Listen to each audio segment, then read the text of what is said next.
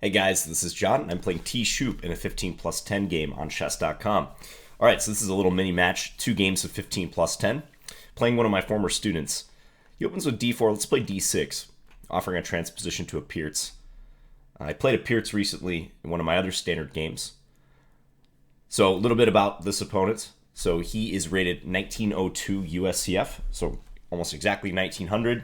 This is not a dual commentary, so he's not going to be providing commentary on his end, but I thought it'd be interesting for you guys to see a match against someone who has a rating we can translate to real life USCF ratings.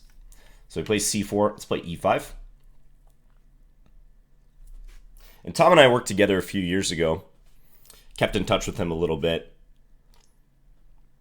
He had a baby about a year and a half ago. Well, his wife had a baby. So congratulations to him and his wife.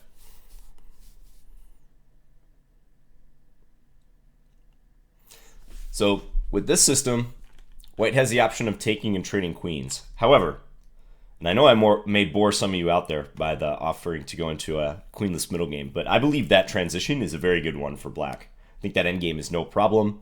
I actually have not played that endgame yet, but typically what you do after that is you play C6, you tuck your king on C7. I know this knight often goes to A6. This pawn can come here and defend this guy, and he is going to take me up on that.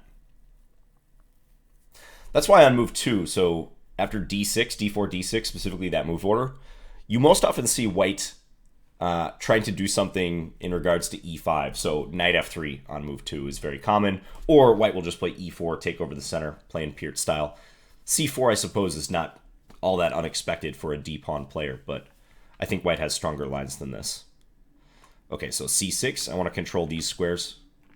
Get ready to bring the king to C7 as I was talking about.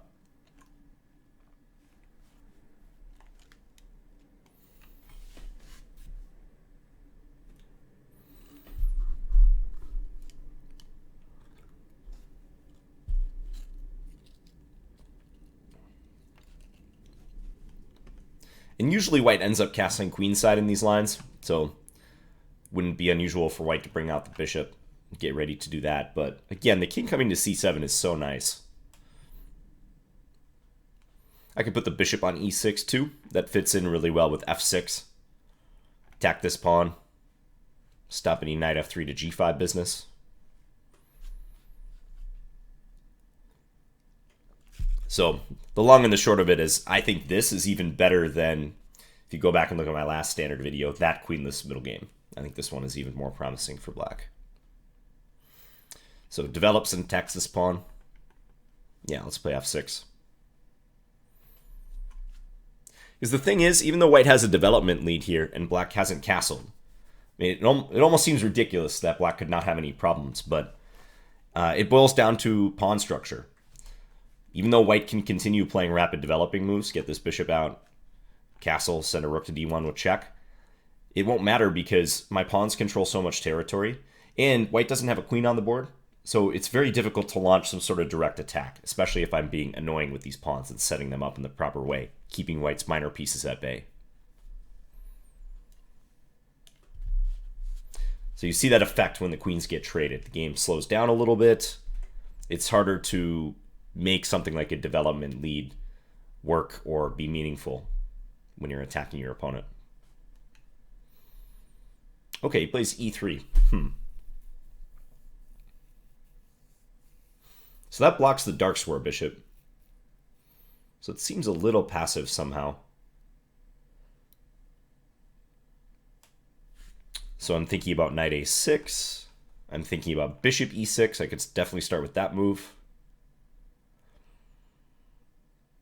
He might park his bishop on d3, but it could just be a target there, in fact. Yeah, I think I like bishop e6. Might provoke him into playing b3.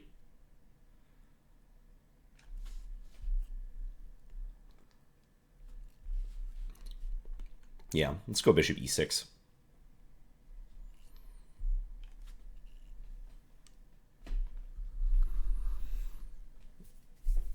Now, Tom told me right before I started recording here that he beat an IM in the 15-minute pool on ICC. So I told him I'm going to tread very lightly because I did not warm up for this game today.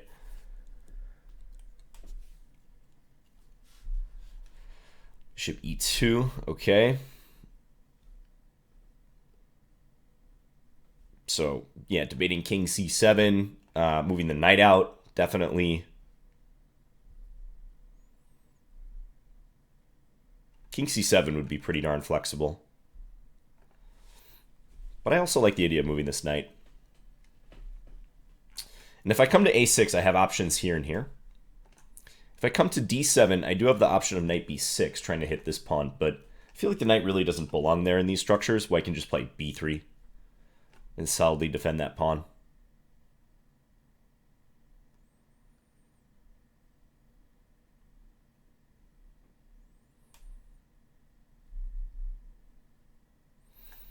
If knight a6, the only thing is, am I concerned white's going to play a3? Because I do get the c5 square then. So I probably shouldn't be worried about that.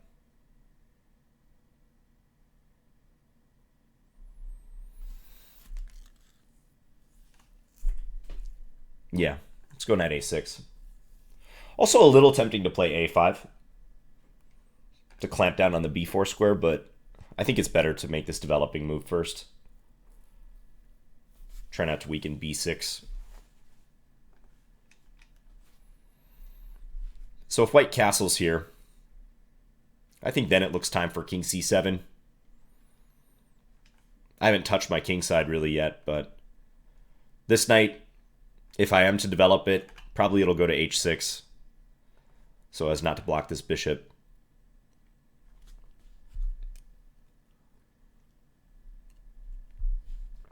Pretty early stages here.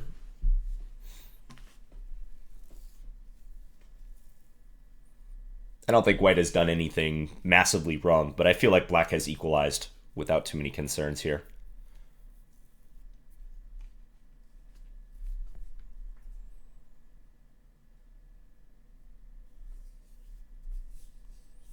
Okay, so he does play a3. Yeah, I was kind of hoping to provoke that move, because now I feel like knight c5 is nice for me. So knight c5, b4, knight b3, rook b1. I can take. I've got the two bishops. I have the option of the a5 lever. Seems pretty nice.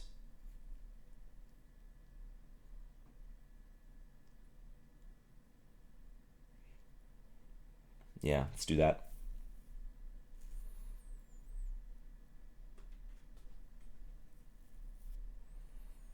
And if he doesn't play b4 here, I might play a5 now.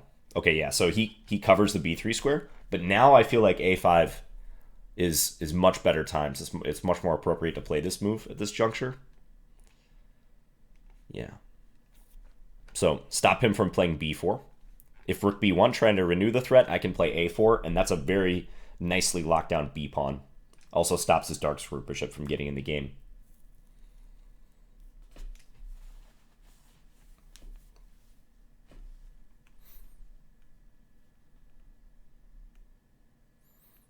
Yeah, this could be tough for him to break out soon if he doesn't want to play b4. I mean, he wants to play b4, clearly, but if I make it difficult for him to do so, I don't see how he's going to untangle in this position.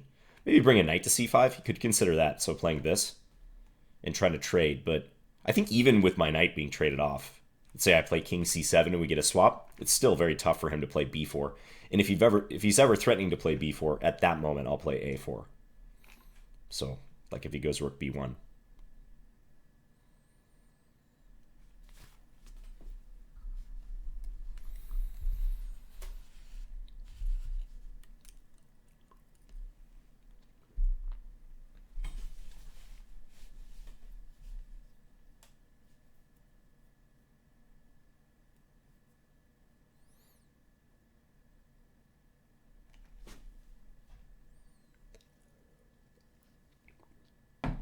Hope all my American friends had a good 4th of July, Independence Day. I was watching the fireworks downtown Minneapolis. I also spent some time with my family yesterday. We drove down to the Spam Museum. Yeah, in Austin, Minnesota, the Spam Museum. It's pretty fascinating. Very, very nice museum, in fact. I was quite impressed. I got some Spam sushi. I almost bought a Spam t-shirt, but I didn't quite pull the trigger. My brother did. Okay, b3. So I like that move actually for him because he probably senses that he wants to meet a4 with b4. Also opens up bishop b2 perhaps. So yeah, I think this is a reasonable move.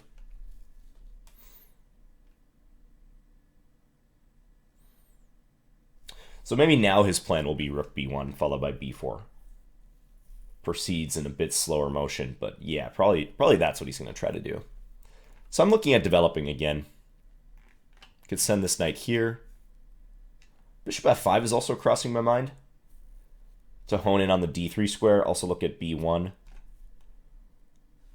But I kind of feel like I should probably develop at this point. Knight h6 to f7 or to f5.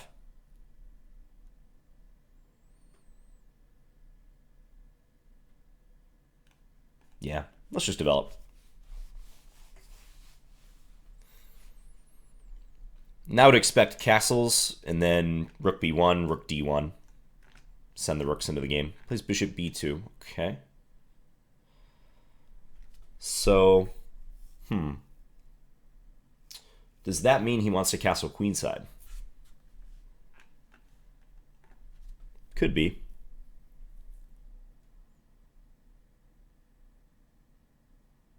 King c7, my first instinct here.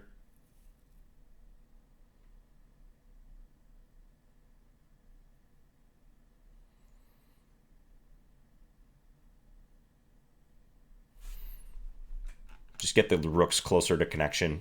Clear my king out of the back rank.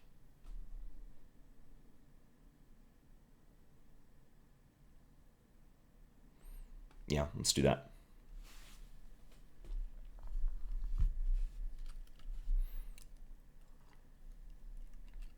Seems premature for him to play b4, even though I don't think it loses a pawn. But on b4, I'm planning to trade, swap the rooks, and then play knight a6. And I feel like he's going to have to weaken his structure somehow. If b5, I can jump into b4, looking to play knight c2. And more than likely, the queenside situation will resolve in black's favor. I feel like that's probably going to happen.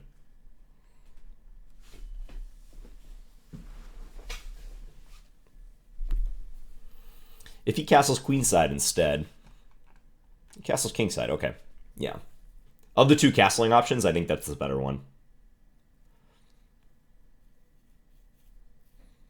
Now here, one thing that immediately crossed my mind is that if I play rook d8, attacking his knight, and if he meets it with rook fd1, I can take on d2 and then take on b3, which wins me a very solid pawn. And on rook d8, I think he'd have to play this move, unless he wants to play bishop c1, which looks really ugly. But yeah, he'd probably have to play rook ad1 because he wants to avoid that tactic. But then I could claim that I've misplaced his queenside rook.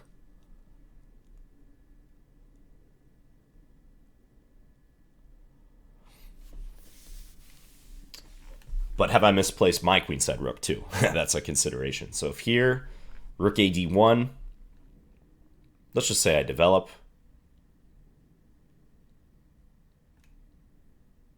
I can also bring my knight into d3. I can do that in the future, can't I? Interesting.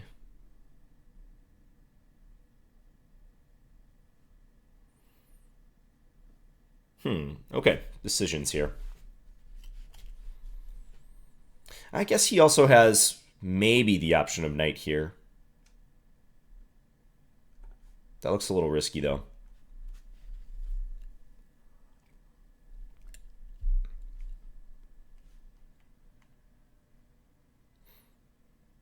So I'm looking at rook d8 or just developing bishop e7. I think that move would probably be fine.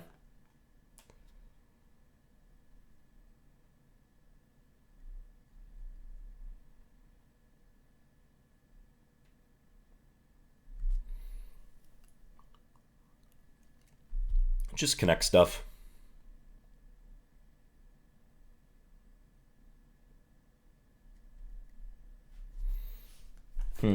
This move could be annoying, though, in the future, because I really want to keep my knight on c5.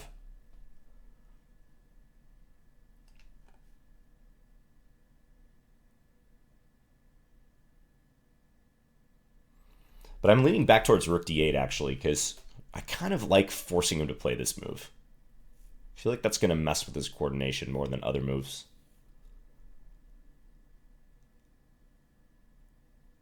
Yeah, let's do that. I think it's quite helpful to make him play this move. Unless he wants to play the knight here. But then, I'm thinking bishop f5. So knight ce4, bishop f5. If knight takes c5, I can even take on d2 in between move. He's got problems defending all three of his pieces. So he might have to play something like f3. But that just looks downright awkward. I don't think you want to do that. And it might lose a pawn. I could take with the bishop on e4. He has trouble holding on to b3. Knight takes b3. So yeah, that should lose a pawn for him.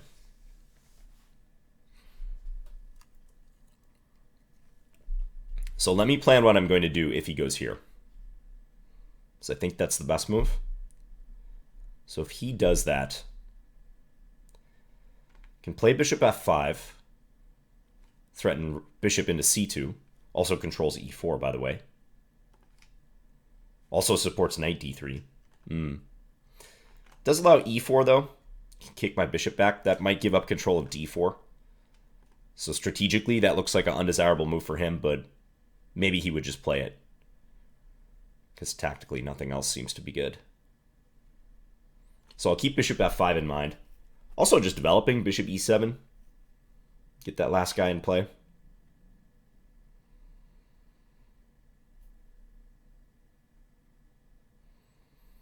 And then if knight ce4,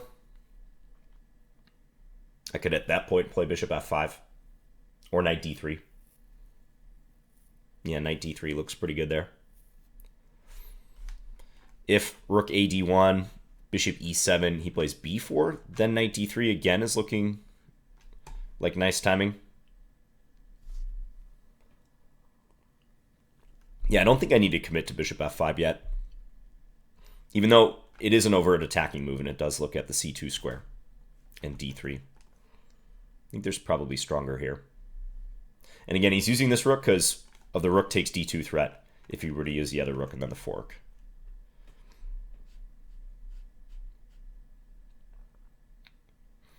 Okay, let's bishop e7 it.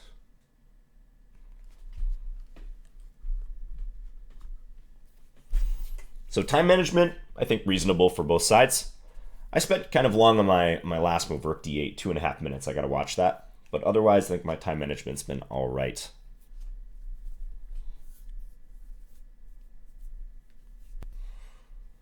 But we're now in a middle game with a lot of pieces remaining on board. Still feeling good about this position, though. I think the structure still favors me. Slightly more active pieces, clearer plans. Pressuring this and this. Maybe using the d3 square.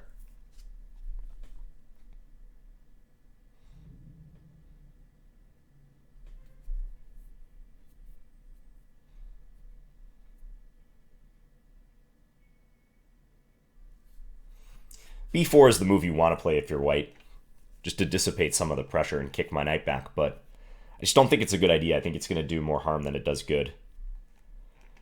Because after that trade, and my knight moves away, probably into d3, so maybe even another trade, take. b4's loose. I'm on my way to doubling rooks, too. It's very, very rickety for white.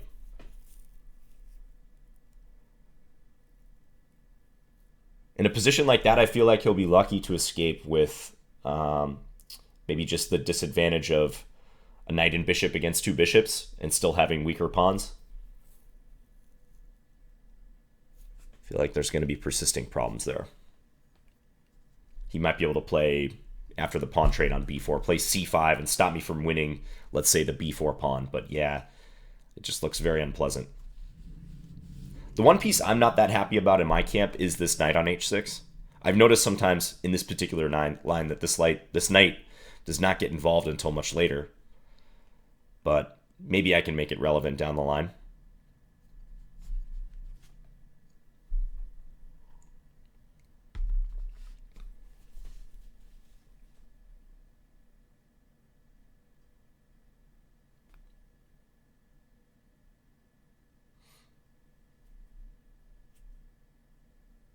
So he's been thinking for a while on this move. Yeah, it's not easy to see what he should do.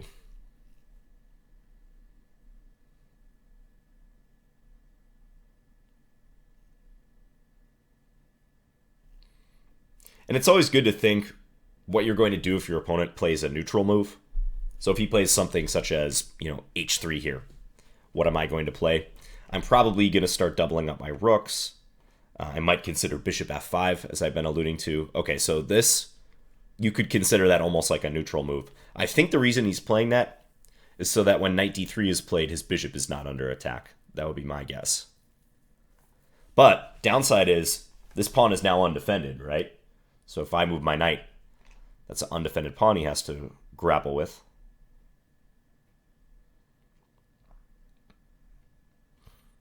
Yeah, he might be playing it in preparation for b4. It's a possibility. Even here, taking on d2 is a little bit tempting. Take, knight takes b3. Because I'm hitting his rook, hitting his dark square bishop. a3 is weak. It looks like a fun exchange sack, but probably not the most sound.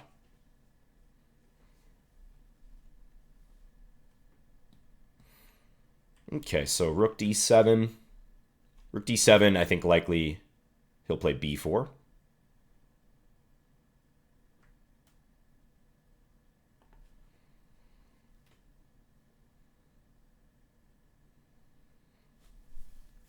It's a move I probably want to provoke, though.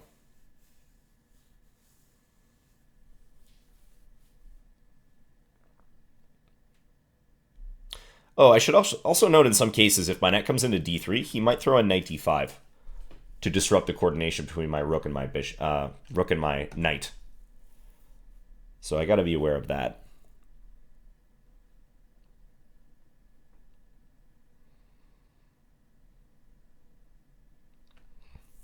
Looking at bishop f5 again.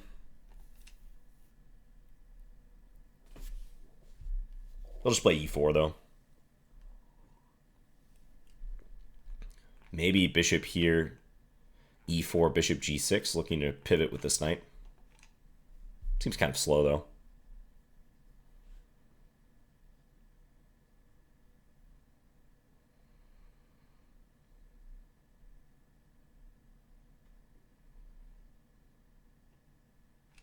Let's go rook d7.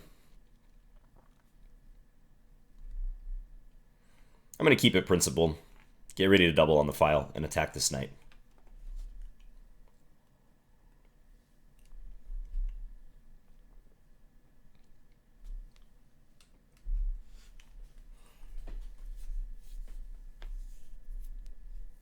No need to get fancy, right?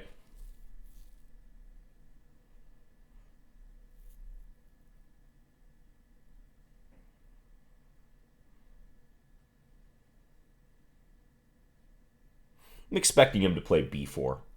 Again, I think that's why he played bishop a1, so would not be surprised to see this move. And on b4, let's say I trade, play the knight into d3, attacking that pawn twice. I'm happy to trade on d3, get the two bishops. Probably he'll play b5 there, and maybe then I just double up. Just double up those rooks. The other thing is I don't have to trade in this position. I should point out that that's a pretty legit option, avoiding the trade. So say I play knight d3 immediately, because then if this pawn moves, I could maybe take on a3. That might also be strong.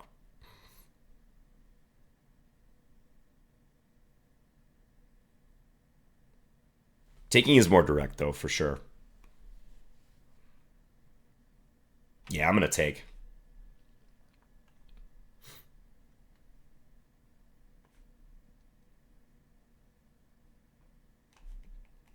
Send this in, attack this pawn.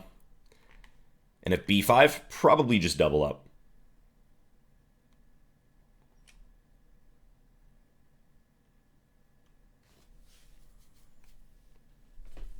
And even though pawns are getting traded on the queen side and he could take on c6, I'll take back with my pawn. As long as one pawn remains weak for him over there, I'm pretty satisfied with that. And I made a lot of strides as far as developing my position at the same time.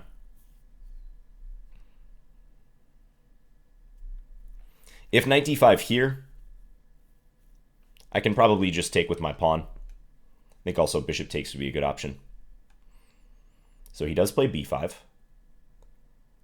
Now probably bring the rook over.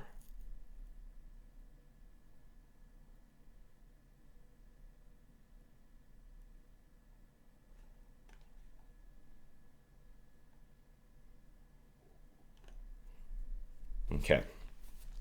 So now d3 is nicely reinforced.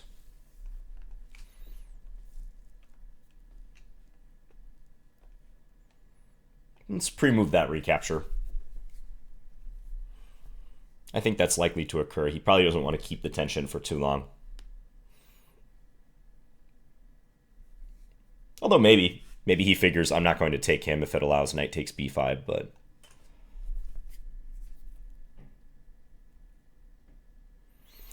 I still have this knight sitting on h6 not doing a whole lot, but yeah, I hope at some point it'll become relevant, bring it back to f7 or f5 over to the queen side. The center and the queen side, that's where all the action's taking place right now. I don't see a lot of opportunities for either side on the king side.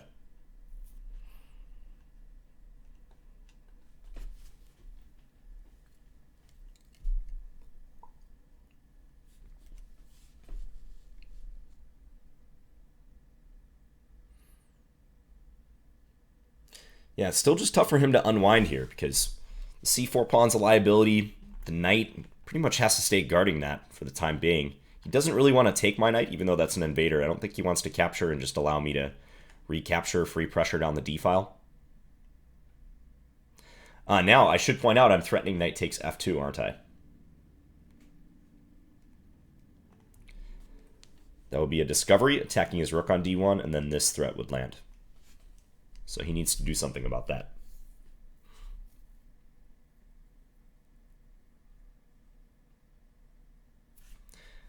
Maybe knight c e4, helping to defend d2.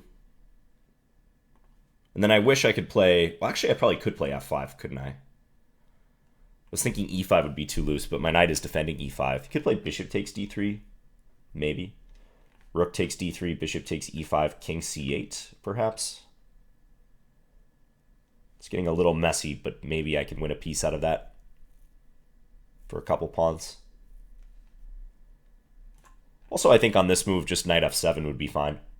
Get the knight back, have that defend e5, then my knight on d3 doesn't have to, and I can prepare f5.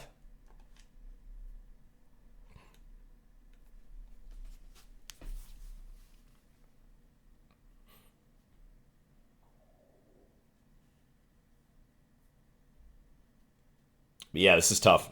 Almost feels like he's bound to lose a pawn or continue staying very tied down. One of the two.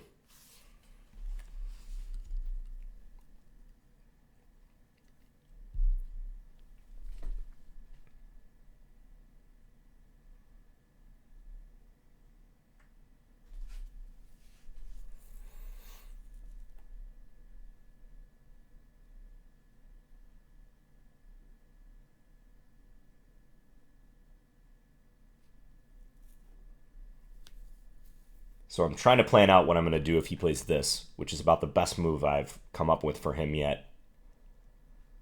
That doesn't lose anything. I think f5 works out. I think f5 is pretty good, but it is sharper.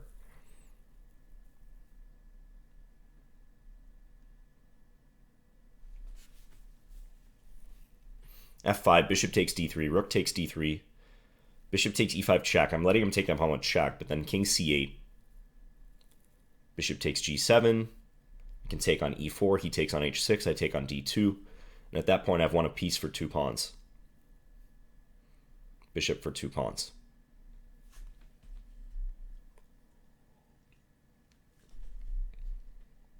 So he's getting really low on time here.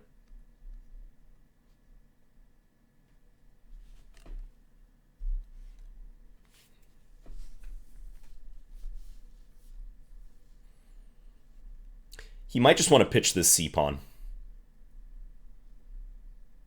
Maybe play this knight away somewhere. Let me play bishop takes c4. It's not pretty, but... Oh, you know, he could also try knight d5 check, that move I mentioned from earlier. But I think at the very minimum, I take with the bishop. Okay, so he's going to push and pitch this c-pawn. Now, the thing is, though, I have that knight takes f2 option, let's recall.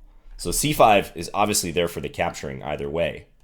But I also have that, which I think is probably better, because I figured this pawn is going to be just lost later on its own. I don't think he can really defend that in the long run. But this one is a juicy pawn to take. Allow my rook to come down to d2. Weakens e3 as well.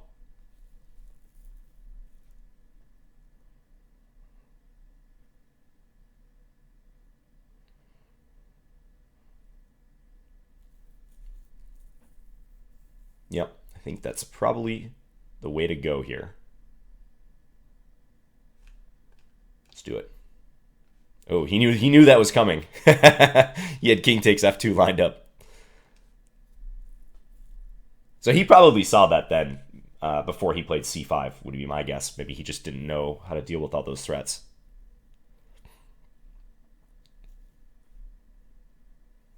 So yeah, now we're going to hopefully scoop c5 sometime in the future. Okay, he plays knight there.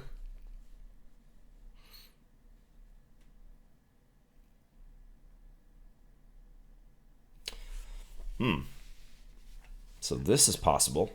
Take and then check with the skewer. Ooh, that looks really nice.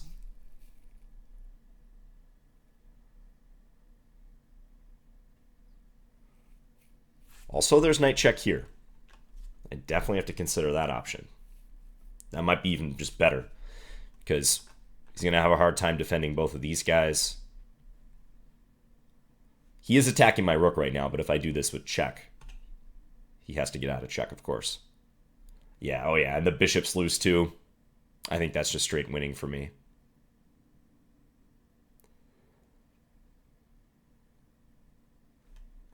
Yeah. Too many pieces involved in the attack. Yeah, he just resigned. If king e1, I can take here and then take on e3, or play this first and then take on e3. But this is just straight winning. Double attack on the bishop and also the rook being attacked. Yeah. If the king goes to g3 or g1, I can take on e2. If king here, knight takes h2. It's too much. Okay, so the pressure eventually bore fruit. However, I wonder if both of us did not give enough credit to knight d5 check. I mentioned this move, but I was mostly analyzing other moves. Yeah, knight d5 check might be the best option here. So if I take with the pawn, he takes here. And then there was another line where this was possible before, but I think I could take like one of his hanging pawns somewhere on a3 or b4 or something. But there's been some trades over here. So now if this, I want to take with the bishop. And if he takes with the pawn, take here. This also looks better than the game, because at least he has the two bishops. He is still down a pawn, but at least he still has the two bishops. If bishop takes here, I can play bishop takes g2 and keep the advantage. Attacking the rook. Yeah, and get this pawn back. So probably his best bet is to go down that line. Maybe play this position and see if he can scrounge up some counterplay, knight c4 or something. Bishop a5 maybe. Bishop c3, looking at a5, that is.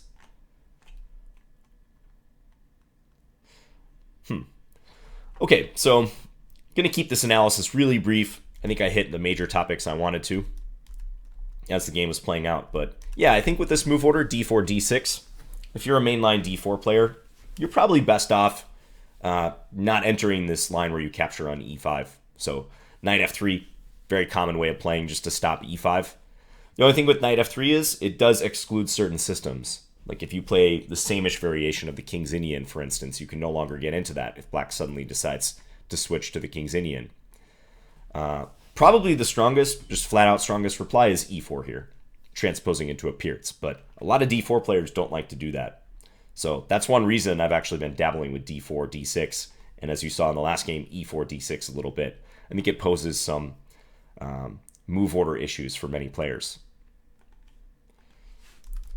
So we had this trade of the queens, and it's just interesting how chess works. Again, I was talking about how white has a development lead, and black is not castled, cannot castle in the future, yet black is completely fine. Maybe Tom played it a little bit too passive with e3 locking in the dark square bishop. I think I've more so seen examples in this line where white fianchettos this bishop and tries to keep that diagonal open for the bishop. Maybe land on e3. So that might be better, but black's plan is essentially the same. Bishop here, knight here, king here. Pressure on the queen side you see very frequently in this line. It's just hard for white when they have that pawn on c4 and black has these nice squares to work with. Almost no matter what white does, there's some sort of weakening. I mean, I'm almost giving the impression that white's worse here. I don't think that's the case, but if I had to choose a side, I would choose black. I think black's play is more obvious than white's is. I mean, I kind of think white has to do something on the king side, maybe in the center, but probably more so the king side. I want to say I've even seen games where at some point white tries to play g4, g5 to kind of crack this structure over here. Because, yeah, the queen side is nice for black. Maybe to avoid this whole bind he gets into, maybe he should just play b4 right away here instead of knight d2. I know knight d2 was the prophylactic move, stopping knight b3, but after a5, it's just so tough to break this down. So perhaps b4, knight b3, rook b1, take, play this position. I was thinking a5 and then c5, because he wants to stop me from winning the pawn here. Trying to assess this position. He looks overextended, and I do have the two bishops, but in fact, this might be fine for him. Probably I'll try to attack b4 somewhere down the line. Maybe knight here, trying to go to d5, I don't know, but this also looks better than the game. Yeah, and I think this is just a difficult position for white. He needs to make some trades. Specifically, he's got to get rid of my knight on c5, but that's not simple to do. You know, I was mentioning knight e4. Yeah, this really felt like where things began to collapse because he spent a lot of time on bishop a1. And then after b4, b5, just too many problems. So maybe here, maybe knight ce4. Looking to swap. I think I was mentioning bishop f5 or knight d3. Yeah, knight d3 I think is good timing here. Hitting his bishop. If trade, I maintain pressure. This knight, crucially, cannot move still because he loses b3 if he does. I can double. So yeah, I think white's worse here. There might be some way to minimize the disadvantage. But probably this whole plan is faulty, playing knight d2, a3. And maybe white just has to bite the bullet and play b4. Okay, so that was game one against my former student, Tom. He's 1900 USCF. And now we're going to start up game two. Hope you guys will tune in for that. All right, bye.